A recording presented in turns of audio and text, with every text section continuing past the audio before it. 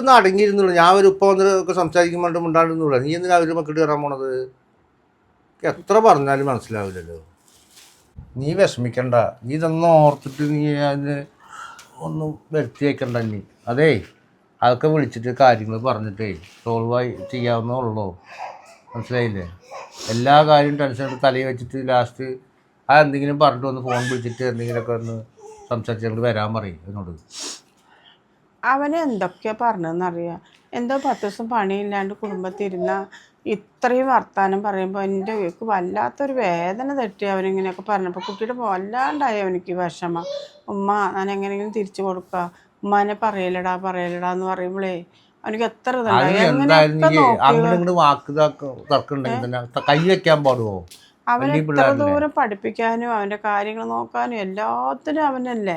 അതൊരു തരി നിമിഷം കൊണ്ട് അവൻ എല്ലാം മറന്നിട്ടാണ് മൂത്തവൻ എങ്ങനെയൊക്കെ ചീത്താറുന്നത്. ഇവരൊക്കെ ഇങ്ങനെ മനസ്സിലാക്കാവുന്നല്ലേ ഉള്ളൂ. അതിനിപ്പോ തല്ലി കഴിഞ്ഞാൽ അവന് ദേഷ്യം വന്ന് പോയത്